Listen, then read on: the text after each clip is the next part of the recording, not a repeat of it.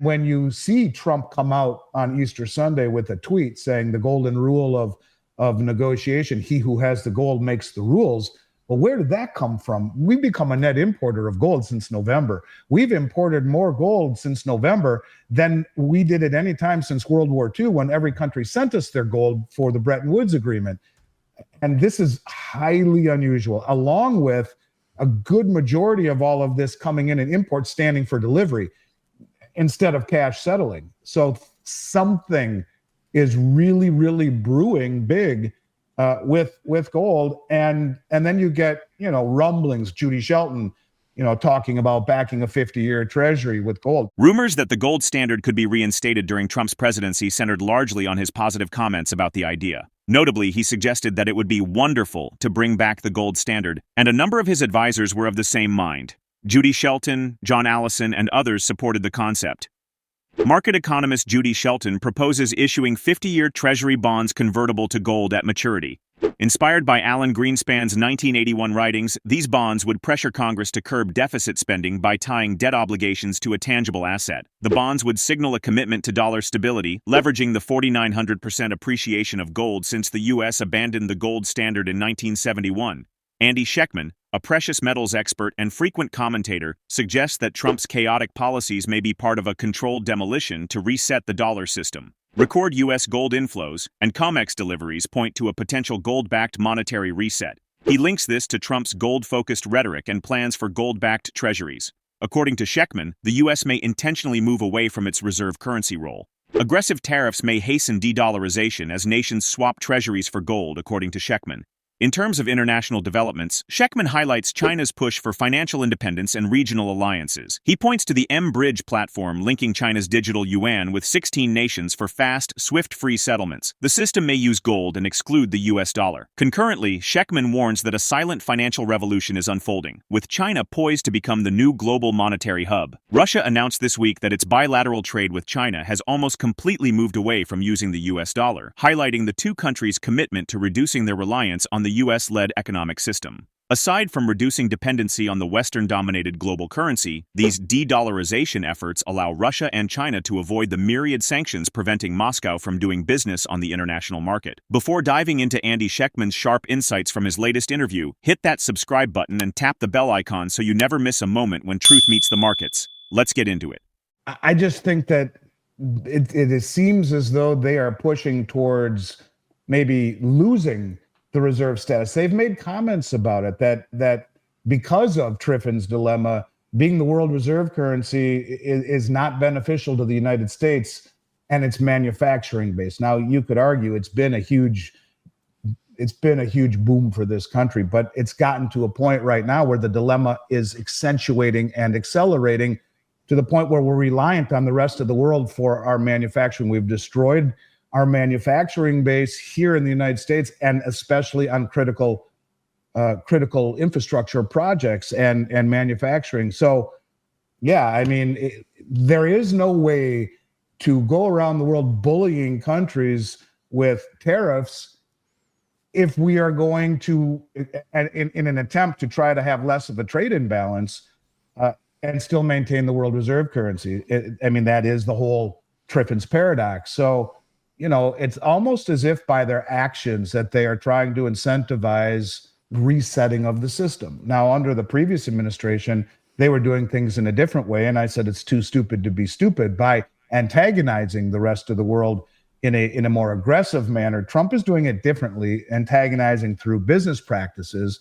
But nonetheless, you could argue that it's accentuating the move away from the dollar, the de-dollarization. And here we are, you're at like a 22-year low on Treasury holdings and roughly the same 22, 25-year high on central bank gold holdings. So they're moving in the opposite direction. The world is shedding treasuries and buying gold for a reason. And I think it has a lot to do with these types of maneuvers that the president is trying to do, pushing back against Triffins Dilemma, which is kind of futile, if you ask me. It would be much easier for us, I think, and less detrimental to the economy to approach these countries with the olive branch and mend the broken fences rather than continue to antagonize and to threaten, when arguably we are losing leverage every single day based upon our indebtedness and based upon the lack of demand for our debt and the inability for us to service it without creating massive levels of inflation, which ultimately lead to the same place. It just seems as though we're getting to the end of a very long cycle. And that's maybe why Martin Armstrong said to me the other day in our interview that he believes within just a handful of years, China will be the epicenter of the financial universe.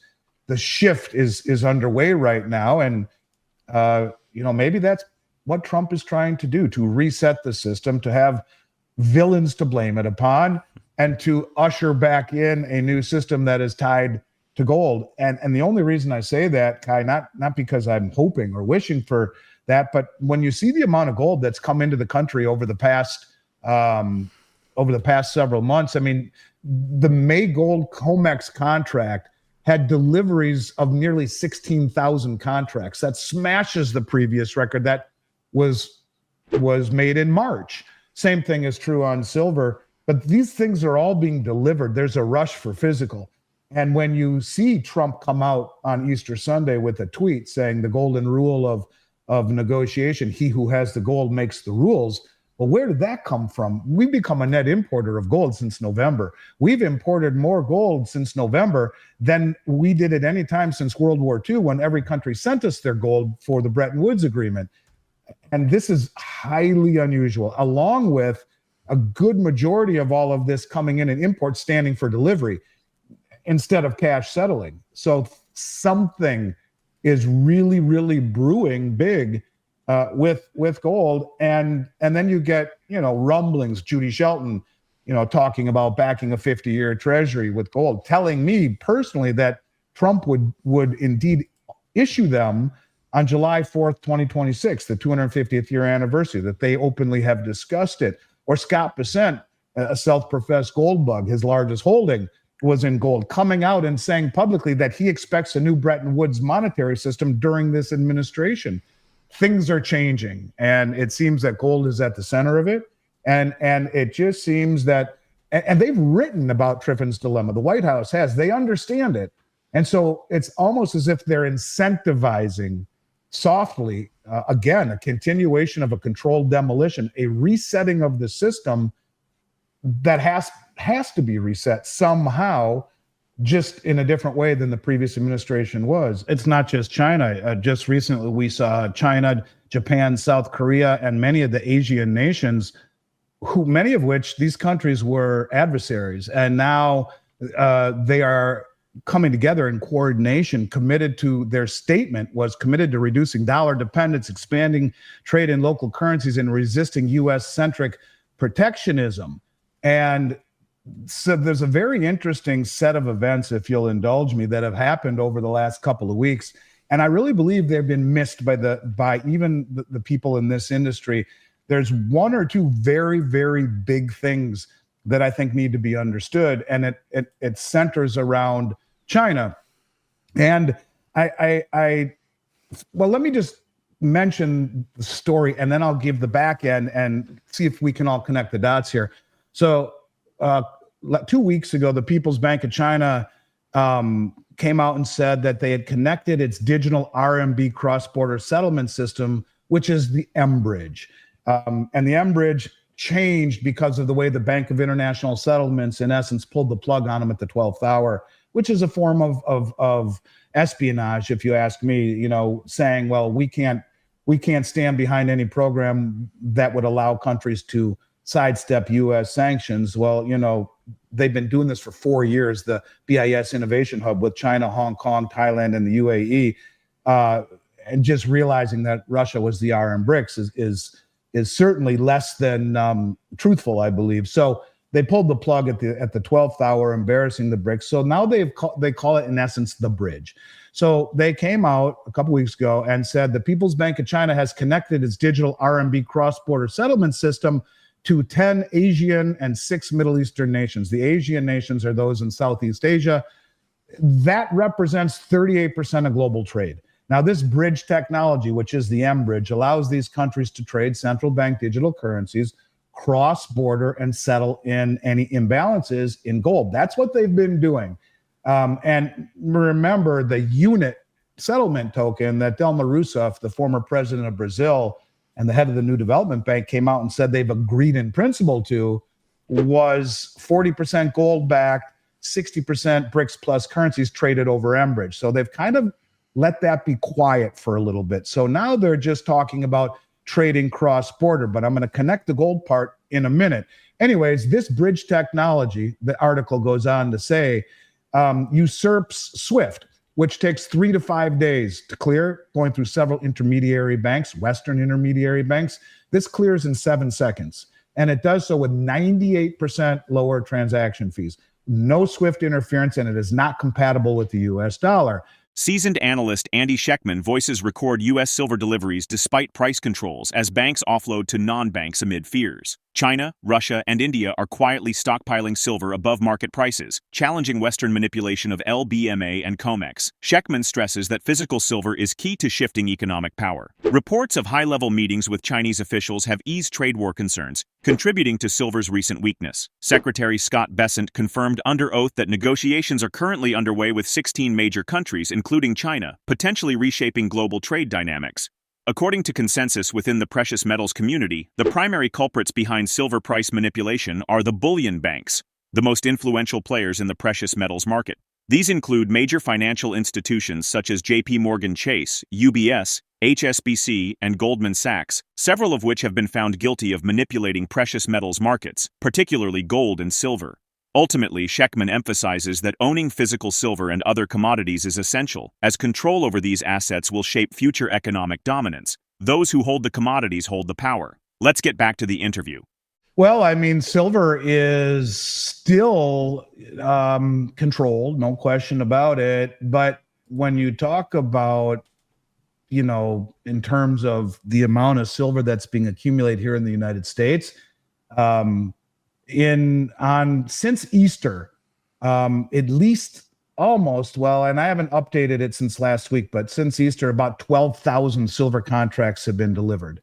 That's almost 2,000 tons of silver. That's not a small amount, and it's not, that's something that should be understood and not glossed over, because the price has not done what it's supposed to do. And I think, people get so tired of hearing that, because it's been that way for quite some time. They perhaps are becoming disenchanted, but yet there's money here in the United States at a higher level that understands what's happening, that is standing for delivery in quantities that we've never ever seen before. I think that, to me, is one of the biggest things that I would focus on. And in so far on the May contract in silver, which is an active delivery month, there has been, let's see here, it's record pace. So far, as of Friday of last week, 13,581 contracts have been delivered. That's an all-time high. And one of the things that is unusual about it is that almost 3,200 contracts, about 16 million ounces, were delivered from the banks to non-banks. Now, we're not seeing the same thing with gold, where banks are delivering as much to non-banks, but we are with silver. And since I don't know when QE doing, I don't know how far back we go on this, but over the last year or two, the banks have quietly offloaded over 110 million ounces of silver to non-bank entities. Who are these non-bank entities? I'm not quite sure. To me, this screams that institutions like the banks are frightened of silver and maybe are getting out, while others, the industrials or military industrial complexes, standing for delivery on all of this stuff. You can only hold down the price of any commodity or manipulate it over an extended period of time by pushing it in the direction that it is going. You have China doing interviews with Sean Kunkun, and others in the resource space have said to me, Andy, China is flying all throughout South America, in particular Peru, and they're buying up all the doré and the concentrate. The doré are crudely refined bars, and the concentrate is a byproduct sludge paying double what the West will, and sending it back to China for refining. Well, why would the second largest producer of silver in the world need to do that?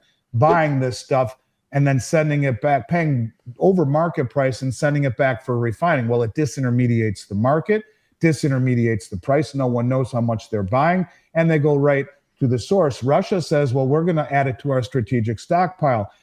India has bought over 900 million ounces in the last 5 years, probably more than that. That's just what we can calculate.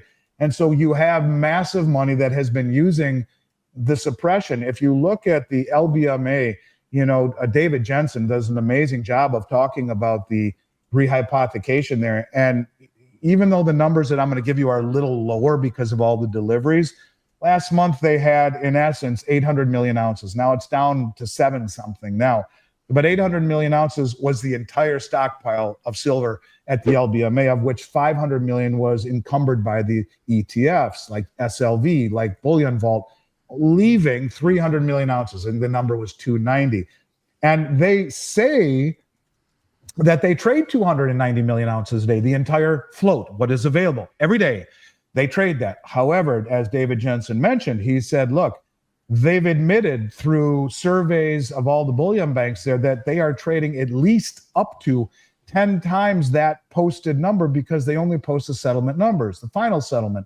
So that would mean they're trading 2.9 to 3 billion ounces of silver per day, 10 times the float, 3.5 times annual global mine supply, and it's all naked. So this is the existential threat. And if you believe that the banks in the United States have gone long in London, are trying to cover and deliver out of their shorts in the United States, there is a theory out there, Tom Luongo talks about it, that Trump is angry at the European aristocrats and the Bank of England. And this is how he gets back at them, by draining the exchanges and exposing the rehypothecation at the LBMA and blowing up some of these European banks and ultimately the Bank of England. Now, this is a theory. I'm not saying it's mine, but when you look at the LBMA trading these extraordinarily rehypothecated numbers, especially in silver, when you see the banks here in the US kind of looking like they're getting out here, intimating that they're long there against their shorts here. And at the same time, you see the LBMA saying, the Bank of England, yeah, we got to go to 8 weeks instead of 1 day. Sorry, we don't have enough trucks or manpower. Something is going on with gold and silver. Again, the price is the greatest tool of misdirection. This has been a game that's been going on for a very long time. Silverwars.org does a good job at showing the amount of silver that is used in all of this weaponry. I've talked about the 500 ounces in the Tomahawk missile for 5 years. I got it confirmed at Jay Martin's conference by a member of the Department of Defense who was in the audience twice and said, you're right, there is 13, 14 kilogram in a typical cruise missile. That's 500 ounces. And so all of this silver that is needed to make high-tech weapons had to be held down through naked suppression. But the key to all of this is that these countries are now sophisticated, motivated, coordinated, and wealthy enough to stand for delivery and say, aha, we know exactly what you're doing. We'll beat you at your own game. And that is the threat to all of this. It's just like the rhetoric that came out of the BRICS grain exchange last year, where the guy that's running it says, look, we produce more grain than the West does. We consume more, but we can't control the price. It's controlled on COMEX. But when the BRICS grain exchange is a reality, that will change. Well, you don't think that they have any idea what we're doing with precious metals too?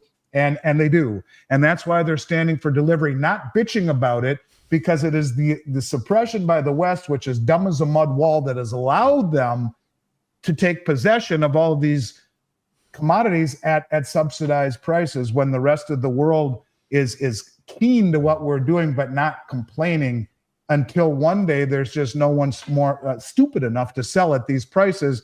In today's uncertain economic climate, some investors are increasing the role of cash in portfolios while evaluating potential fundamental shifts in monetary policy. If implemented, Shelton's ideas could significantly reshape the economic landscape through incremental reforms or a broader gold standard revival.